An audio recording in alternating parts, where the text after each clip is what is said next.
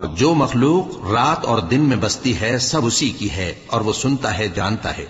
کہو کیا میں اللہ کو چھوڑ کر کسی اور کو مددگار بناؤں کہ وہی تو آسمانوں اور زمین کا پیدا کرنے والا ہے اور وہی سب کو کھانا دیتا ہے اور خود کسی سے کھانا نہیں لیتا۔ یہ بھی کہہ دو کہ مجھے یہ حکم ہوا ہے کہ میں سب سے پہلا فرما بردار بنوں، اور یہ کہ اے پیغمبر تم مشرکوں میں نہ ہونا۔ یہ بھی کہہ دو کہ اگر میں اپنے پروردگار کی نافرمانی کروں تو مجھے بڑے دن کے عذاب کا خوف ہے۔ جس شخص سے اس روز عذاب ٹال دیا گیا اس پر اللہ نے بڑی مہربانی فرمائی اور یہی کھلی کامیابی ہے۔ اور اگر اللہ تم کو کوئی سختی پہنچائے تو اس کے سوا اس کو کوئی دور کرنے والا نہیں، اور اگر نعمت و راحت عطا کرے تو کوئی اس کو روکنے والا نہیں۔ وہ ہر چیز پر قادر ہے اور وہ اپنے بندوں پر غالب ہے، اور وہ دانا ہے خبردار ہے۔ ان سے پوچھو کہ سب سے بڑھ کر قرین انصاف کس کی شہادت ہے؟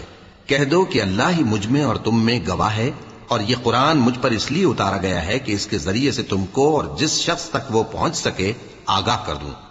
کیا تم لوگ اس بات کی شہادت دیتے ہو کہ اللہ کے ساتھ اور بھی معبود ہیں؟ اے پیغمبر کہہ دو کہ میں تو ایسی شہادت نہیں دیتا۔ کہہ دو کہ صرف وہی ایک معبود ہے اور جن کو تم لوگ شریک بناتے ہو میں ان سے بیزار ہوں۔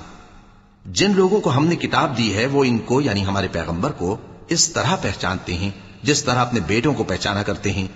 جنہوں نے اپنے آپ کو نقصان میں ڈال رکھا ہے وہ ایمان نہیں لاتے۔ اور اس شخص سے زیادہ کون ظالم ہے جس نے اللہ پر جھوٹ باندھا یا اس کی آیتوں کو جھٹلایا؟ کچھ شک نہیں کہ ظالم لوگ کامیاب نہیں ہوں گے۔